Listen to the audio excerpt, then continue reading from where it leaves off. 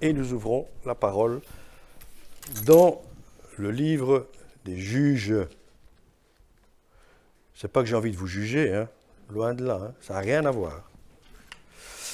Alors, ça sera au chapitre 6, les versets 11 à 24. Je prends mon élan, ma respiration, et on y va. L'ange de l'Éternel vint et s'assit sous le térébinthe d'Ophra. Déjà ça, on pourrait s'arrêter parce qu'il y a moyen de parler du térébinthe de manière magnifique. Mais je le réserve peut-être pour un consistoire plus tard. Voilà. Le térébinthe d'Ophra qui appartenait à Joas, membre de la famille d'Abiézer. Son fils, Gédéon, battait du blé au pressoir pour le mettre à l'abri des Madianites. L'ange de l'Éternel lui apparut et lui dit : « L'Éternel est avec toi, vaillant héros. » Gédéon lui dit : « Ah mon Seigneur, si l'Éternel est avec nous, pourquoi tout cela nous est-il arrivé ? Où sont tous ces actes merveilleux, ceux que nos pères nous racontent quand ils disent : l'Éternel ne nous a-t-il pas fait sortir d'Égypte ? Maintenant l'Éternel nous abandonne et nous livre entre les mains de Madian. » L'Éternel se tourna vers lui et dit : « Va avec la force que tu as et délivre Israël de l'oppression de Madian. N'est-ce pas moi qui t'envoie ? » Gédéon lui dit : « Ah mon Seigneur, avec quoi délivrerai-je Israël ? Mon clan est le plus faible de Manassé et je suis le plus petit dans la famille de mon père. » L'Éternel répondit : « Mais je serai avec toi, et tu battras les Madianites comme s'il s'agissait d'un seul homme. » Gédéon lui dit : « Si j'y ai trouvé grâce à tes yeux, donne-moi un signe pour montrer que c'est bien toi qui me parles. Ne t'éloigne pas d'ici jusqu'à ce que je revienne auprès de toi, que j'apporte mon offrande et que je la dépose devant toi. » L'Éternel dit : « Je resterai jusqu'à ce que tu reviennes. » Gédéon entra chez lui, prépara un chevreau, il fit des pains sans levain avec un épha de farine. Il mit la viande dans un panier et le jus dans un pot et les apporta sous le térébinthe et les présenta. L'ange de Dieu lui dit : « Prends la viande et les pains sans levain, pose-les sur ce rocher et verse le jus par-dessus. » Ce que fit Gédéon. L'ange de l'Éternel avança le bâton qu'il avait à la main et en toucha la viande et les pains sans levain. Alors, un feu s'éleva du rocher et ce feu brûla la viande et les pains sans levain. Puis, l'ange disparut à la vue de Gédéon. Comprenant que c'était l'ange de l'Éternel, Gédéon s'exclama : « Malheur à moi, Seigneur éternel, car j'ai vu l'ange de l'Éternel face à moi. » Et l'Éternel lui dit : « Reste en paix, n'aie pas peur, tu ne mourras pas. » Gédéon construisit là un autel à l'Éternel, et il l'appela l'Éternel, paix. Éternel comme éternel au masculin, pas éternel paix, éternel paix. Il existe aujourd'hui encore à Ophra, qui appartenait à la famille d'Abiézer. Jusqu'ici, la parole de ce matin.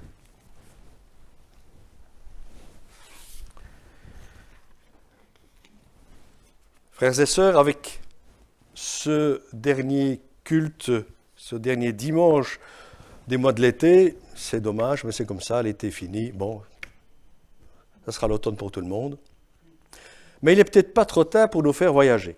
Donc vous avez compris, je vais vous faire voyager au temps des juges et plus particulièrement avec cet épisode, parce que ce n'est qu'un petit épisode, de l'histoire de Gédéon.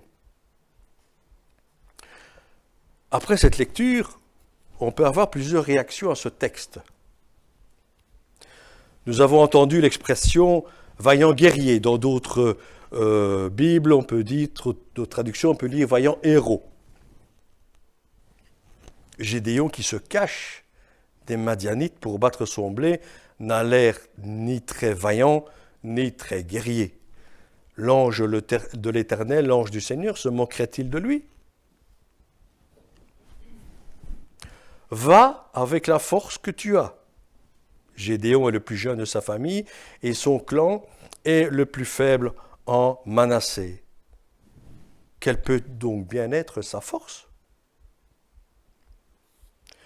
De la viande et du pain consumés de manière miraculeuse. Que signifie ce signe donné par l'ange?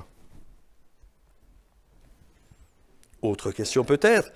Est-ce le Seigneur ou son intermédiaire, l'ange qui parle à Gédéon? Le récit semble hésiter entre les deux. Un Dieu qui parle en tête-à-tête avec un homme, un ange qui réalise un prodige spectaculaire. Aujourd'hui, malheureusement peut-être, Dieu ne se manifeste plus d'une manière aussi évidente. Qu'en pensez? Après ces quelques questions qu'on pourrait se poser, vous en avez peut-être d'autres, vous viendrez me voir à la sortie, examinons le texte un peu plus près.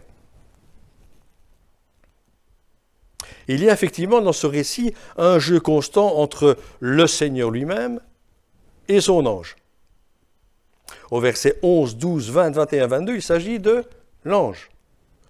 Au verset 14, 16 et 23, il s'agit du Seigneur ou de l'Éternel. Il y a aussi les mots « Assurément, je serai avec toi ». Notons tout de suite que c'est la reprise exacte et unique d'Exode 3.12. Pour balayer les objections de Gédéon, Dieu utilise le même contexte que Exode 3.12, en l'occurrence la vocation de Moïse. Il met ainsi en évidence ce qu'il a réalisé pour les Israélites autrefois et qu'il est prêt à réaliser encore cette fois. Gédéon semble destiné à être un nouveau Moïse, un nouveau libérateur d'Israël. Voyons le texte dans le contexte. Le livre des Juges présente l'installation des Israélites en Canaan avec leurs succès et avec leurs échecs. Gédéon a été le 5e juge en Israël et un fin stratège expert en embuscade. Pour savoir ça, il faut relire les chapitres jusqu'au chapitre 8, 6 à 8.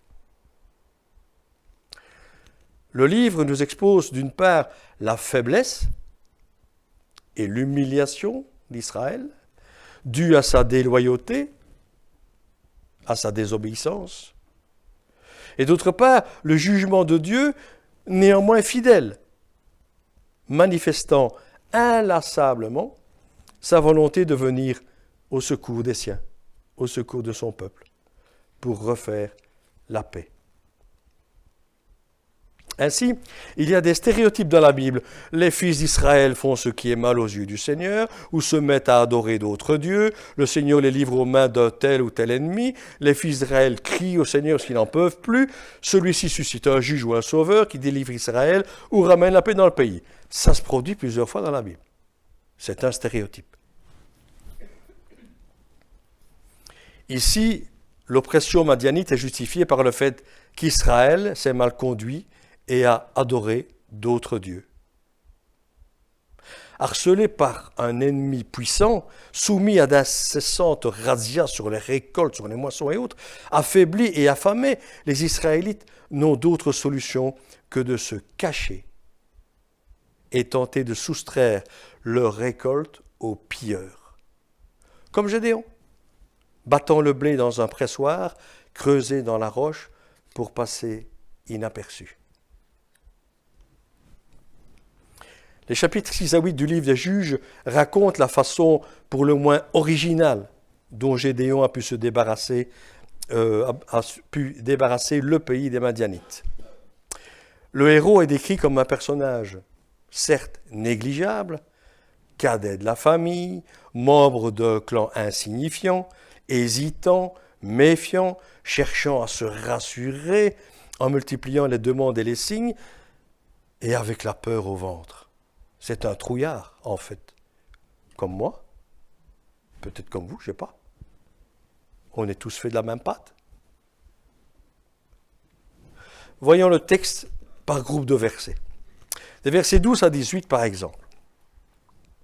C'est Gédéon lui-même qui fait référence à l'Exode quand il dit « Le Seigneur nous a fait sortir d'Égypte ». Ce n'est pas l'ange qui le rappelle, c'est Gédéon lui-même. Il a des connaissances, Gédéon.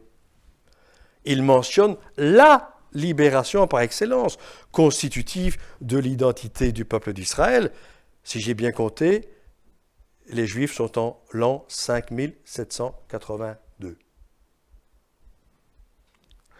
Cela a pour conséquence, cette réponse va avec la force que tu as. Il s'agit bien de la force de Gédéon et non d'une force qui lui serait particulièrement conférée par Dieu, par exemple, pour l'occasion. Cela peut expliquer deux choses. Soit que Gédéon est plus fort qu'il ne l'imagine, d'où la salutation de l'ange au verset 12, « Vaillant guerrier », qui n'est donc pas à prendre dans un sens d'ironie ou de moquerie. Soit que Gédéon n'a pas besoin de pouvoirs spéciaux pour battre les Madianites. Il lui suffira d'aller au combat avec sa propre force, si petite soit-elle. Son meilleur atout, c'est que le Seigneur soit avec lui et le mandate. L'ange institue Gédéon comme libérateur du peuple, comme le nouveau Moïse. De plus, en lui disant « Oui, c'est moi qui t'envoie », il puise dans la culture de Gédéon, dans sa connaissance, les références qui lui permettront de vivre cette expérience à la lumière du passé de son peuple et de le sortir de son découragement. Effectivement, une issue à l'oppression madianite est possible, car les Hébreux ont eux-mêmes été libérés du joug égyptien. Faisons une parenthèse sur les objections de Gédéon. Est-ce que c'est déjà du pas entendu? Dans Exode 4.10, quand Moïse dit au Seigneur « Je ne suis pas doué pour la parole ». Dans Jérémie 1.6, « Je suis trop jeune ». Dans 1 Samuel 9, Saül répondit « Je ne suis-je pas benjamite, membre d'une des plus petites tribus d'Israël, mon clan n'est-il pas le plus insignifiant ?» C'est les mêmes paroles. Dans 1 Samuel 16, quand Samuel dit à Isaïe « Tes fils sont-ils là ?» Il répondit « Il reste encore le petit dernier là, le petit David, mais il garde les moutons. » C'est déjà de l'entendu. Intéressons-nous au verset 19 à 23. L'ange du Seigneur disparut à ses yeux. Gédéon ayant reconnu le Seigneur, celui-ci s'éclipse. Dieu reste insaisissable. Selon Exode 33, on ne peut voir Dieu face à face et vivre. Tant ce qui fait son être propre, c'est-à-dire sa sainteté, est éloigné de notre condition humaine. Mais, il y a le « ne crains pas ». Injonction fréquemment répétée. Certains disent, je ne les ai pas comptés, 365 fois. C'est quand même interpellant. Une fois par jour, on se lève, wow, on a fait une bonne nuit, et qu'est-ce qui vous arrive du haut? Ne crains pas. Magnifique de se réveiller comme ça. Dieu n'a pas pour but d'instaurer la peur, mais bien la communion dans la paix. Alors vient le verset 24. L'Éternel est paix. Gédéon aurait pu appeler l'autel qu'il a dédié à son Dieu, l'Éternel est ma force, ou bien le Seigneur est sauveur, ou encore le Seigneur est roi. Il a choisi de mettre l'accent sur l'harmonie restaurée avec son Dieu. La mention du nom de l'autel qui clôt notre passage aujourd'hui place ainsi au cœur du récit de vocation le rétablissement du shalom, la communion avec Dieu et son peuple, entre Dieu et son peuple, dans la paix, communion malmenée certes, par les infidélités répétées d'Israël.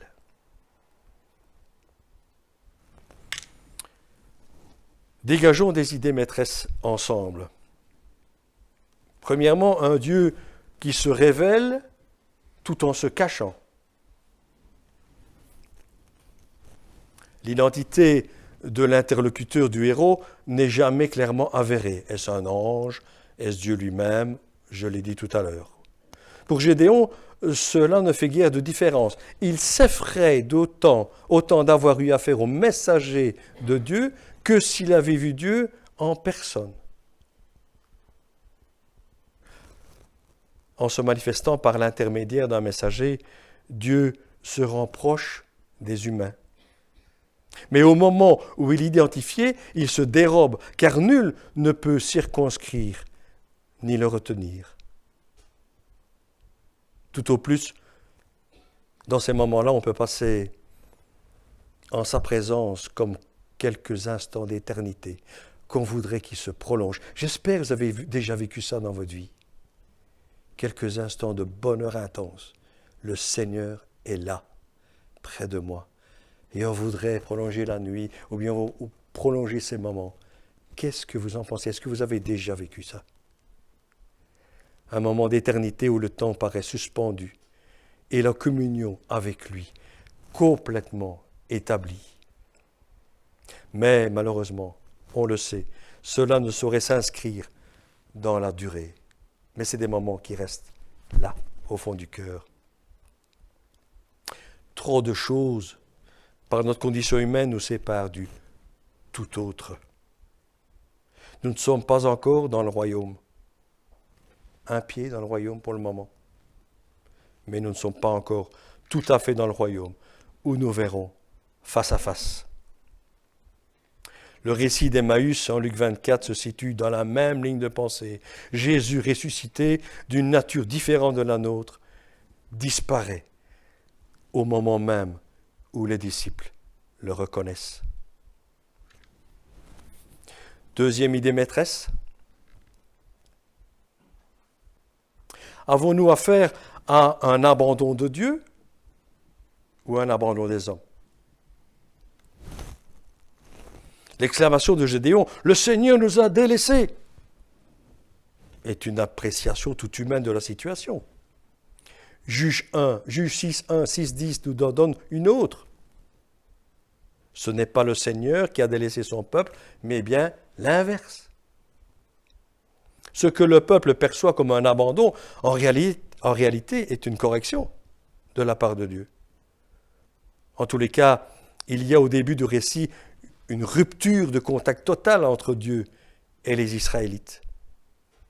Et comme à l'accoutumée, c'est Dieu, par amour, qui prend l'initiative de la réconciliation. Car il ne vise pas la destruction de ceux qui s'éloignent de lui, mais il cherche le rétablissement de la communion avec eux. Troisième idée maîtresse, un héros choisi par Dieu. Gédéon, on l'a dit tout à l'heure, n'a rien d'un super-héros. Dans les récits bibliques, Dieu choisit souvent ceux qu'aucun humain n'aurait choisi. Soit parce que Dieu voit le cœur de ces hommes, soit au-delà des apparences, soit parce qu'il veut que les humains fassent davantage confiance à leur Seigneur qu'à leur capacité.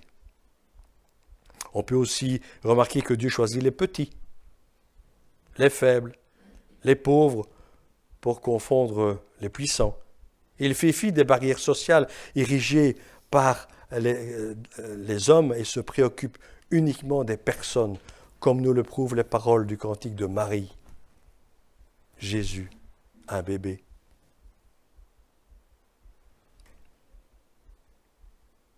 Trois choses à retenir. Un Dieu qui joue à cache-cache.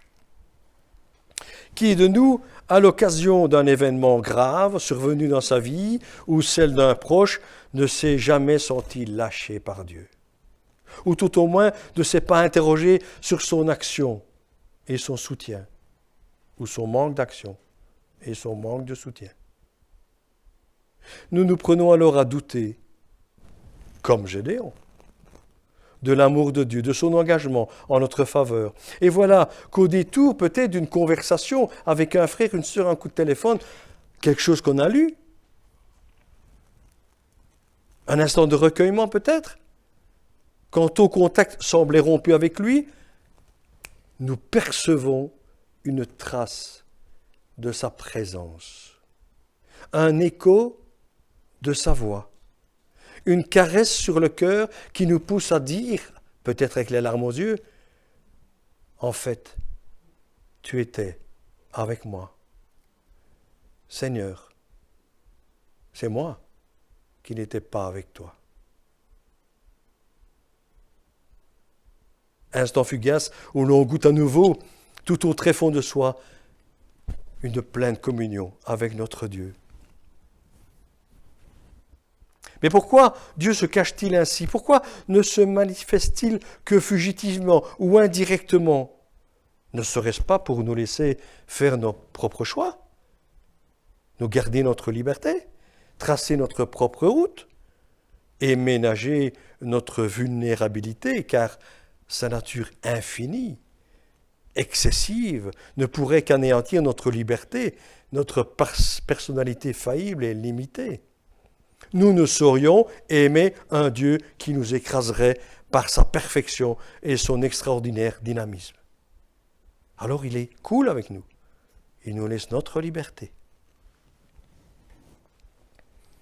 C'est peut-être paradoxalement en ces creux de nos vies où nous mettons le plus en doute sa présence bienveillante que nous sommes le mieux disposés à revenir à lui, à nous abandonner à lui.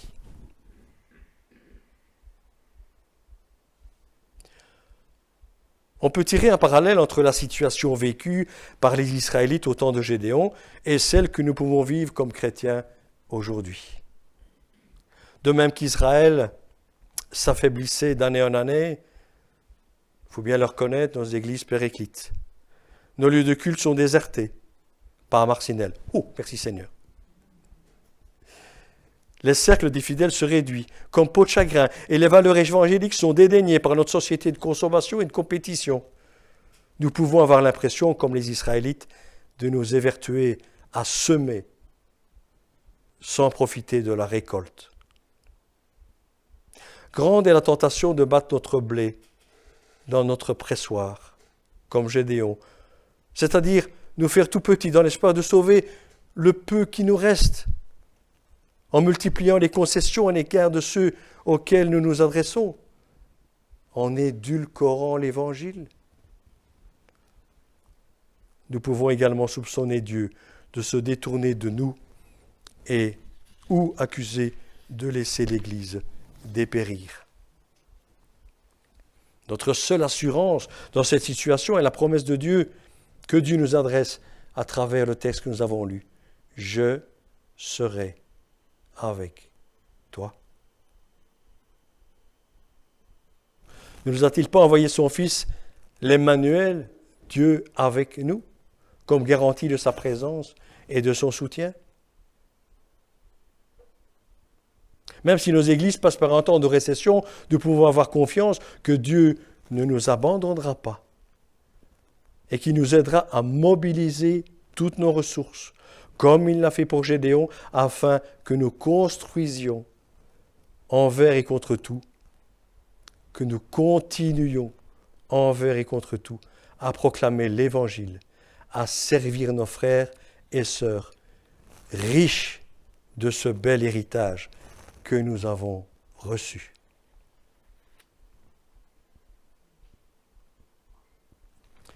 Deuxième chose à retenir peut-être, un Dieu qui croit en nous. Vous aussi.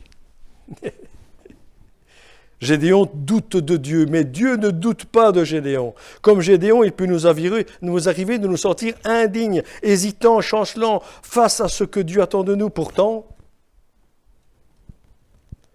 Dieu ne nous demande pas la lune, mais d'aller avec la force que nous avons et avec la promesse qu'il se tiendra à nos côtés, quoi qu'il arrive. Dieu sait ce qu'il y a de meilleur en nous. Il nous invite à le mobiliser pour servir notre prochain.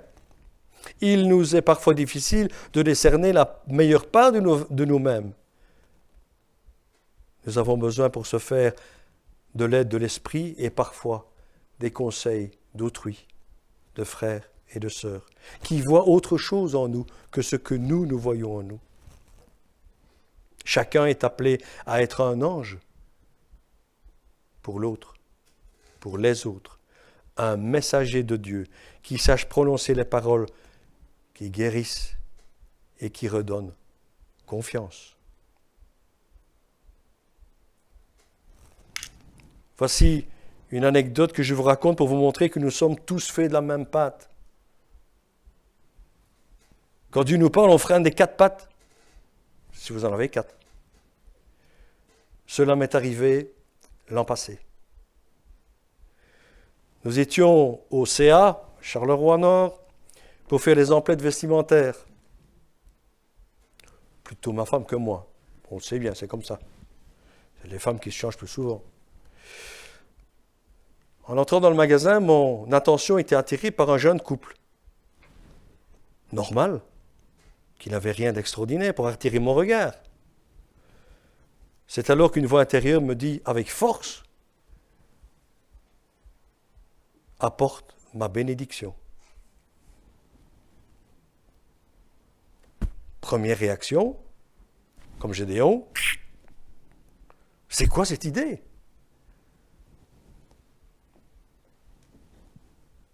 On s'éloigne dans les rayons de vêtements, et puis au détour de vêtements féminins, puisque c'est ma femme qui devait choisir, on se recroise. Je recroise ce jeune couple. Je m'arrête. Apporte ma bénédiction. Des frissons. Deuxième réaction, ça ne peut pas être toi, Seigneur. Et si ça vient de moi, je vais être ridicule. On risque de me dire, mais pour qui vous prenez-vous? Circulez, allez, laissez-nous tranquilles, on fait nos courses tranquillement. C'est pas fini. Quand le Seigneur veut quelque chose, il l'obtient. Au moment d'aller vers les cabines d'essayage, et pour ceux qui connaissent le magasin, les cabines sont à côté des caisses. Le jeune couple est à la caisse, mon épouse s'enfuit dans les cabines, je reste seul, à quelques mètres du couple. Et de nouveau, apporte ma bénédiction.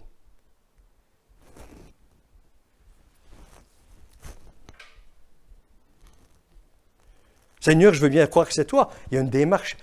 Le Seigneur fait une démarche en moi pour que j'accepte de croire que c'est lui. Je veux bien croire que c'est toi, mais tu vois bien, je freine de nouveau des 4 pattes. Qu'ils payent leurs achats, qu'ils rangent leurs tickets de caisse, je ne vais tout de même pas les déranger. Et puis comment vont-ils y réagir? Non, Seigneur, je ne peux pas.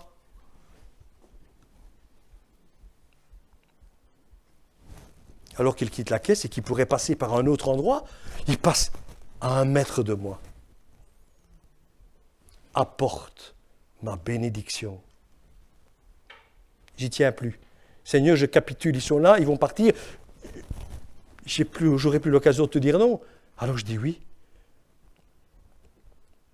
Excusez-moi, on ne se connaît pas, mais je suis chrétien et Dieu me pousse à vous apporter une bénédiction. Alors je le fais, soyez bénis.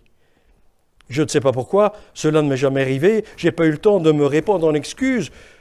Si je les ai dérangés, que la jeune femme m'interrompt elle-même et me dit, monsieur, ne vous excusez pas.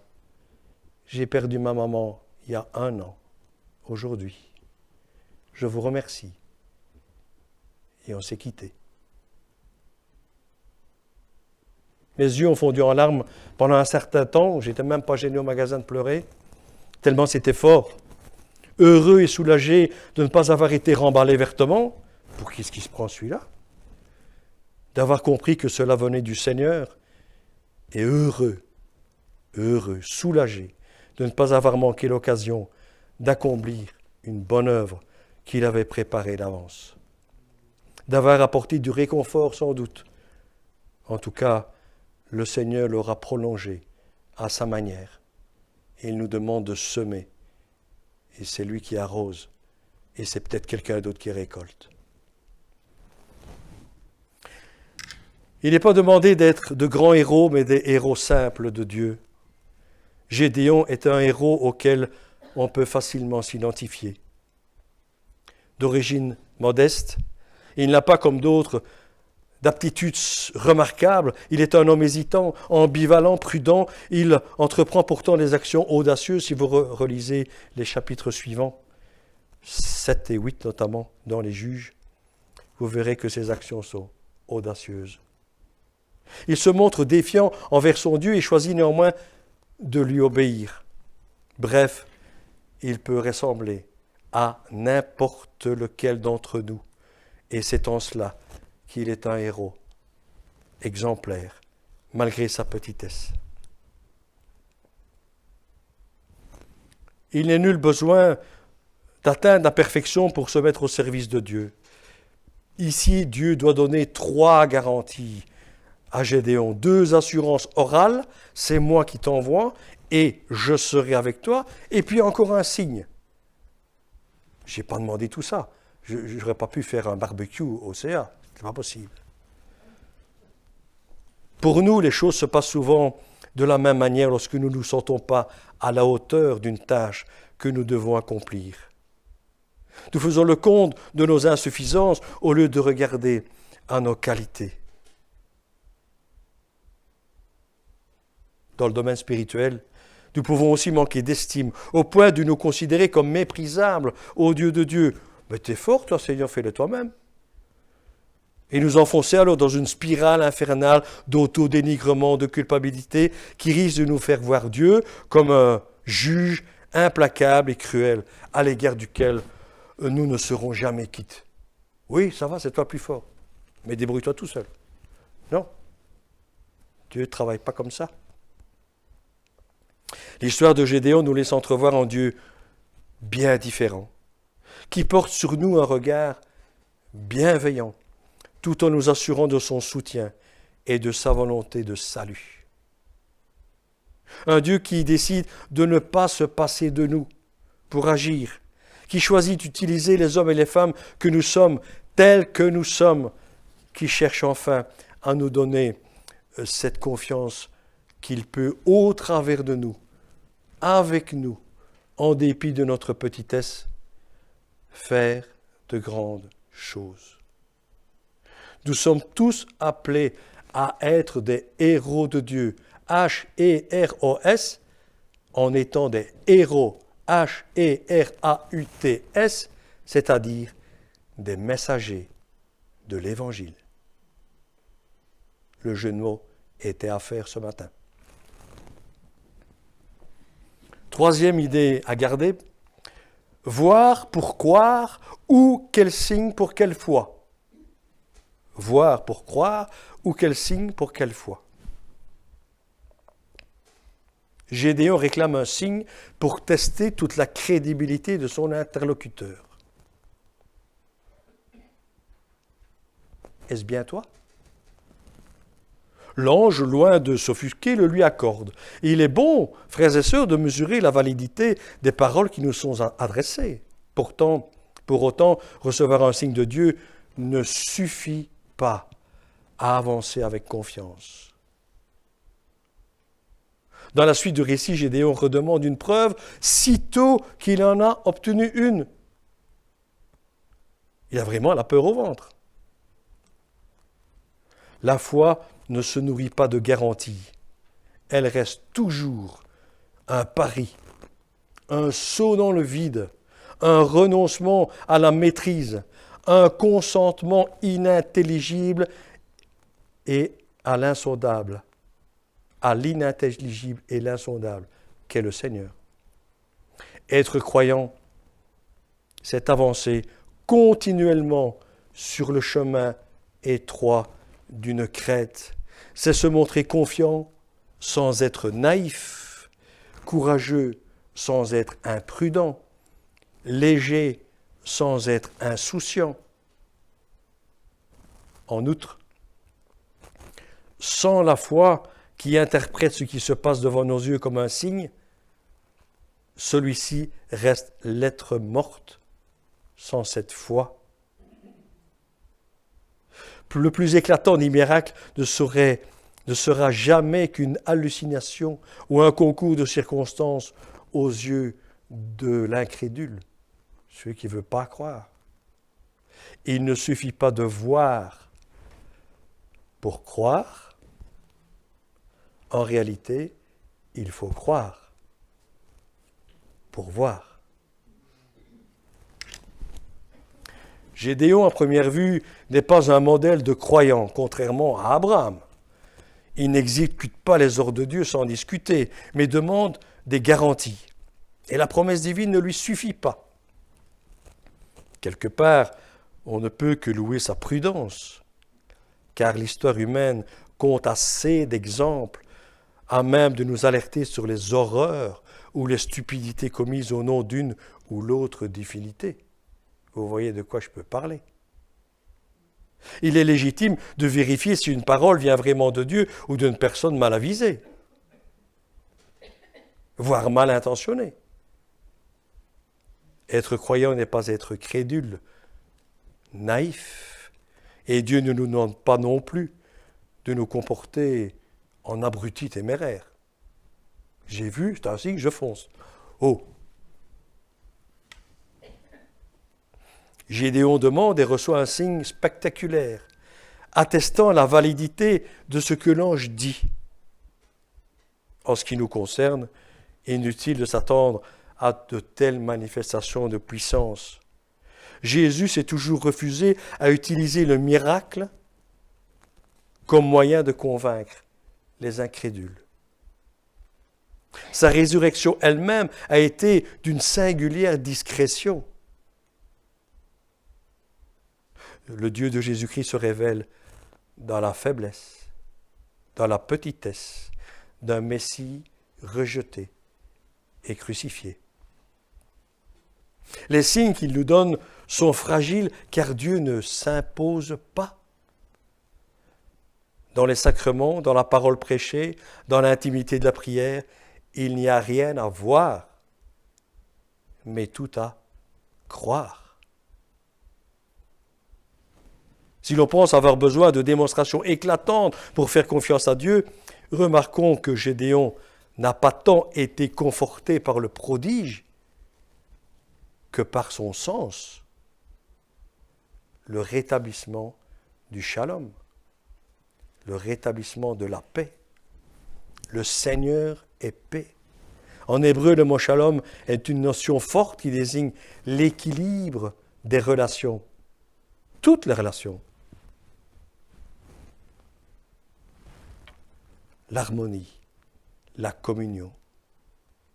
C'est bien cette sensation de paix, d'harmonie, de communion retrouvée avec Dieu et avec nos semblables, qui est plus que tout propre à attester que nos choix de vie sont bien en adéquation avec l'Évangile. Puissions-nous, frères et sœurs, à l'instar de ce Gédéon, à qui nous ressemblons tant, tout faire pour rechercher cette sensation bienfaisante, le rétablissement du shalom, en restant en Christ, chaque instant de notre vie. Amen.